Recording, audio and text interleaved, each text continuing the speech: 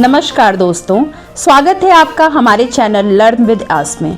आज हम बात करने जा रहे हैं भारत के एनसीआर में बनने वाले मेगा प्रोजेक्ट जेवर एयरपोर्ट यानी नोएडा इंटरनेशनल एयरपोर्ट और जानेंगे कि क्यों यह एशिया का एक सबसे बड़ा एयरपोर्ट बनने जा रहा है। साथ ही जानेंगे कि विश्व में किस देश के पास सबसे ज़्यादा एयरपोर्ट्स हैं और क्यों।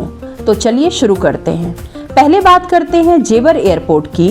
उत्तर प्रदेश के नोएडा इंटरनेशनल एयरपोर्ट के काम को तेजी से खत्म करके उसे फाइनल टच दिया जा रहा है। अब तक इस एयरपोर्ट के फाइनल होने की 3 डेडलाइन निकल गई हैं। इस बीच फिर से सत्ता के गलियारों से खबर आ रही है कि 22 नवंबर 2025 के बाद कभी भी इस एयरपोर्ट का उद्घाटन हो सकता है।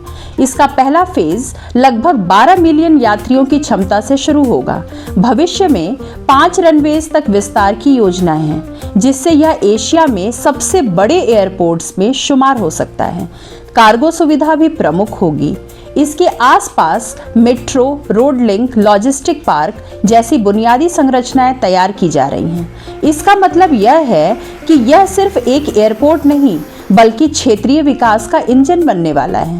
अब बात करते हैं दुनिया में एयरपोर्ट्स की संख्या की। किस देश के पास कितने एयरपोर्ट्स हैं? दुनिया में हवाई यात्रा आज भी किसी लग्जरी से कम नहीं है, लेकिन क्या आप जानते हैं कि एक ऐसा देश भी है जहां लगभग हर कस्बे या छोटे शहर से आप आसानी से विमान से उड़ान भर सकते हैं? जी हां, वह दुनिया का इकलौता देश है जिसके पास 16,000 से भी ज़्यादा एयरपोर्ट्स हैं, यानी कि ज़मीन से आसमान तक सबसे बड़ी कनेक्टिविटी का नेटवर्क। आइए जानते हैं कि वह देश कौन सा है। संयुक्त राज्य अमेरिका यूएसए दुनिया का वो देश है जहां एयर ट्रैवल सिर्फ मेट्रो सिटीज तक सीमित नहीं है। यहां करीब 16,116 एयरपोर्ट्स हैं जहां से आप कहीं के लिए भी उड़ान भर सकते हैं।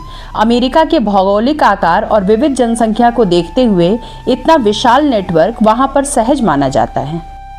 इस कड़ी में दूसरे नंबर पर है ब्राजील, जिसके पास लगभग 5,297 एयरपोर्ट्स हैं। ब्राजील का आकार भी बहुत बड़ा है और कई इलाके ऐसे हैं जहां सड़क मार्ग से पहुंचना कठिन है। ऐसे में छोटे छोटे एयर स्ट्रिप्स और लोकल एयरपोर्ट्स यहां लोगों को जोड़ने का एक अहम जरिया बन गए हैं। ऑस्ट्रेलिया इस कड़ी में तीसरे पायदान पर है, जहां 2257 एयरपोर्ट्स मौजूद हैं। ऑस्ट्रेलिया की जनसंख्या कम होने के बावजूद उसका भूभाग बहुत विशाल है। यहां के छोटे शहरों और द्वीपों तक पहुंचने के लिए एयर कनेक्टिविटी बेहद जरूरी है। यही वजह है कि ऑस्ट्रेलिया के स्थानीय एयरपोर्ट्स न सिर्फ घरेलू बल्कि टूरिज्म सेक्टर को भी मजबूती दे रहे हैं। मैक्सिको 1580 एयरपोर्ट्स के साथ चौथे स्थान पर है। हालांकि इनमें से कुछ ही एयरपोर्ट्स पर नियमित कॉमर्शियल फ्लाइट्स चलती हैं। फिर भी इतनी बड़ी संख्या में एयरफील्ड्स का होना इस बात का सबूत है कि देश ने अपने विभिन्न इलाकों को जोड़ने में हवाई मार्ग को कितना महत्व दिया है। कनाडा के पास 1459 एयरपोर्ट्स हैं, जो इसके विशाल और कम आबादी वाले भूभाग के लिए बेहद आवश्यक हैं। बर्फीले और दूरस्थ क्षेत्रों में रहने वाले लोगों के लिए एयर ट्रैवल ही सबसे भरोसेमंद और तेज साधन है। ये नेटवर्क न सिर्फ देश के अंदर बल्कि अंतर्राष्ट्रीय उड़ानों को भी सुगम बनाता है। फ्रांस इस कड़ी में 1218 एयरपोर्ट के साथ छठे और यूनाइटेड किंगडम 1057 एयरपोर्ट के साथ 7वें स्थान पर है। पेरिस का चार्ल्स de Gaulle एयरपोर्ट और लंदन का हीथ्रो जैसे बड़े हब इन्हें दुनिया के सबसे व्यस्ततम हवाई केंद्रों में शामिल करते हैं। छोटे क्षेत्रीय एयरपोर्ट्स इन देशों के पर्यटन और व्यापार को गति देने में महत्वपूर्ण भूमिका निभाते हैं। भारत की बात करें तो यहाँ पर फिलहाल लगभग 487 एयरपोर्ट्स और एयर स्ट्रिप्स मौजूद हैं, जिनमें से करीब 147 एयरपोर्ट्स का संचालन airports authority of India AAI करती है। यह संख्या पश्चिमी देशों के मुकाबले काफ़ी कम है। हालांकि पिछले 11 सालों में इनकी संख्या लगातार तेजी से बढ़ रही है।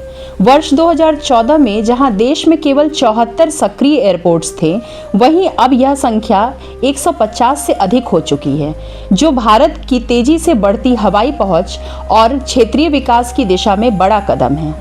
अगर आपको यह वीडियो पसंद आया हो तो लाइक करें, चैनल को सब्सक्राइब करें और बेल आइकन दबाएं ताकि अगले अपडेट्स आप मिस न करें। कमेंट में अपने विचार बताएं, आप क्या सोचते हैं कि जेवर एयरपोर्ट एक गेम चेंजर साबित होगा? धन्यवाद।